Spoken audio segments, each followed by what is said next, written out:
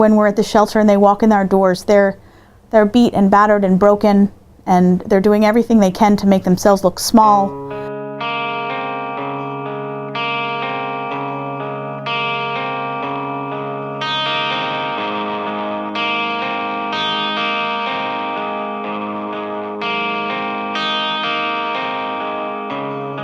The whole concept of domestic violence deals heavily and strongly with power and control.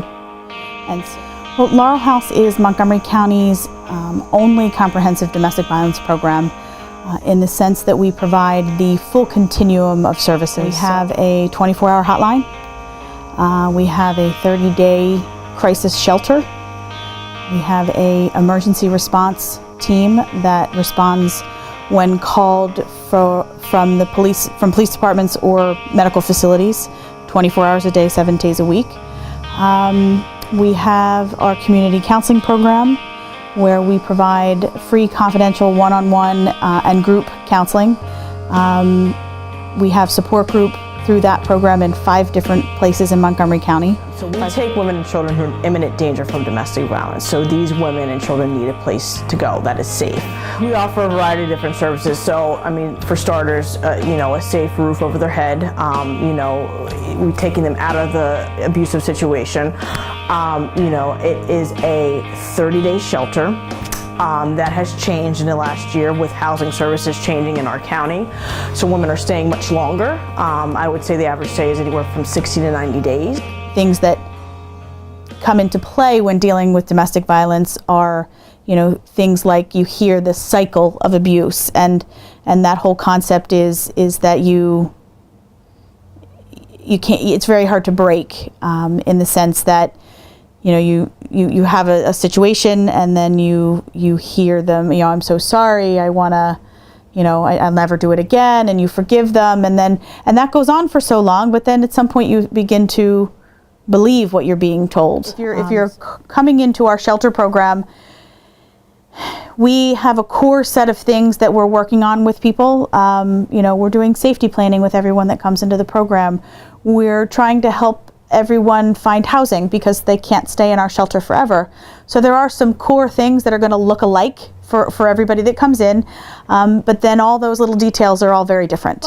In order to get into one of our support groups, typically the process is you call the hotline, or you call into our administrative offices, because you heard of us in one of those ways that I mentioned, and you talk with our director of counseling, and she has a conversation with you just to kind of give you an idea of the kinds of folks that are coming to group, kind of talk to you about where you are in your situation, and then kind of schedule you for an intake. So you have a core set of people that you see every week at group. Group happens every week, and then you'll have the folks that kind of come for a session, and then you don't see them for a few weeks, and then they come back, and what you're seeing is in those groups, it's kind of cool because you have the full spectrum of where someone could be as it relates to domestic violence. So some of the folks that are sitting in group are still with their abusers.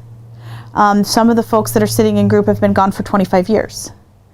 And it pulls in a really neat sense of community and support, because the folks that have been out for so long can give some, positive outlooks to the folks that haven't really been able to make that step yet. When women get here, they are assigned a full-time counselor advocate, which is more or less like a case manager. I mean, they don't have to pay for any of their meals. We provide food here. If they are in need of clothing, we can give them that kind of stuff. We help them, situate their children in school. We have a full-time child advocate that works here that offers those kind of services. As time progresses and they're here longer, you kind of see them get out of that slump, and kind of do things for themselves. I mean, we believe in empowerment. We are advocates to our core, and we help individuals, connect with different resources and organizations. But ultimately, we believe in empowerment and giving these women some of that independence back. So when you're experiencing with a woman her aha moment, whatever that may be, maybe it's finally realizing that she is strong enough to leave. Maybe it's her finally being able to say, I didn't deserve that. You know, whatever that aha moment is. It's really refreshing to see that kind of progression, you know, from, you know, a woman coming in here and just being completely like depleted and, you know, overwhelmed and just kind of depressed and just not wanting to do anything, you know, until, till 2 months later, and she's up, you know, has a more positive attitude, you know, she feels encouraged to go out and make a better life for herself and her children. But when I see them walk in the door, even if they have bruises and cuts and broken bones, I don't see weak. You know, I see just tremendous strength. And so the coolest thing is when they begin to see that too. Watching that transformation, to begin to see themselves the way we're seeing them, you know, when they're coming into the program. And that's pretty much the coolest thing that I get to do.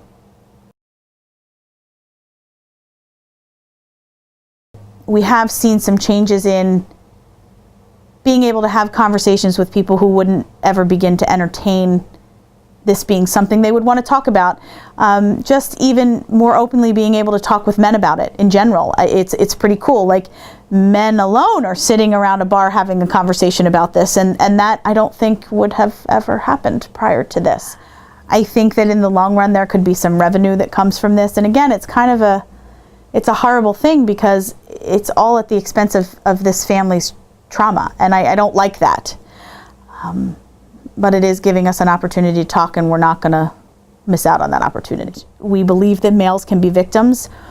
We also believe very strongly that this isn't going to change until men are a part of the process with us. I mean, it's not like there aren't men that are on board, but it just needs to be a united front. I mean, most things are accomplished that way.